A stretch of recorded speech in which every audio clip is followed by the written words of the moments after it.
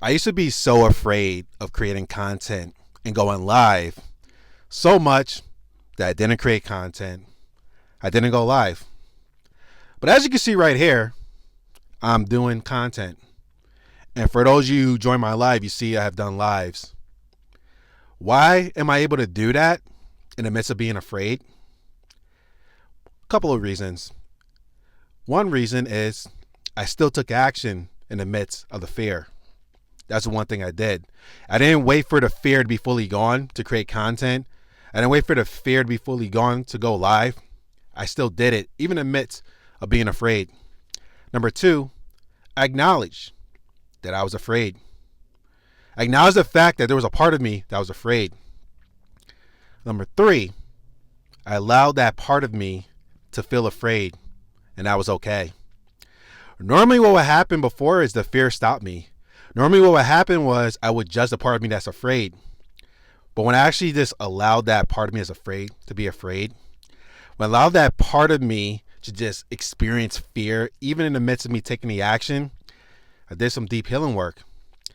What I found out, it wasn't the fear of creating content that was the issue. The issue was the meaning behind it. I had a fear that if I created the content, if I got it out there, if I went live, if I shared my opinion, I'm going to be judged. I'm going to be ridiculed. But more importantly, I'm going to be made fun of again like I did when I was a kid.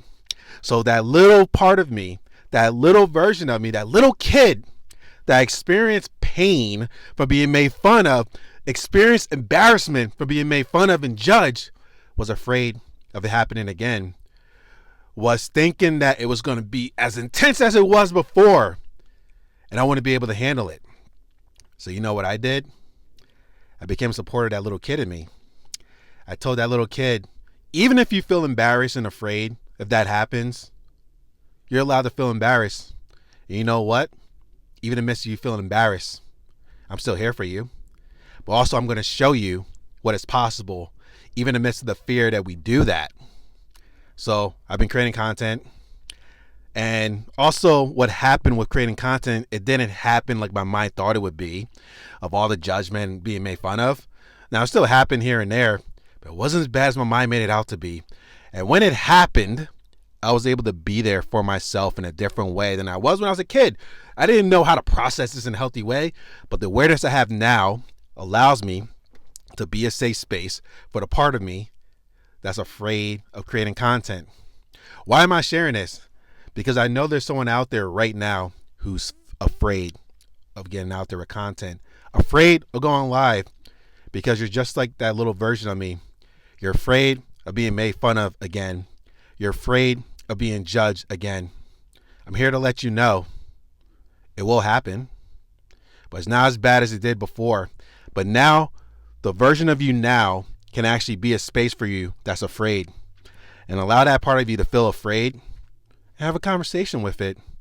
Give the research to let it know, even if you feel embarrassed, even if people make fun of you, it's not going to change the way I think of you. I love you. I accept you.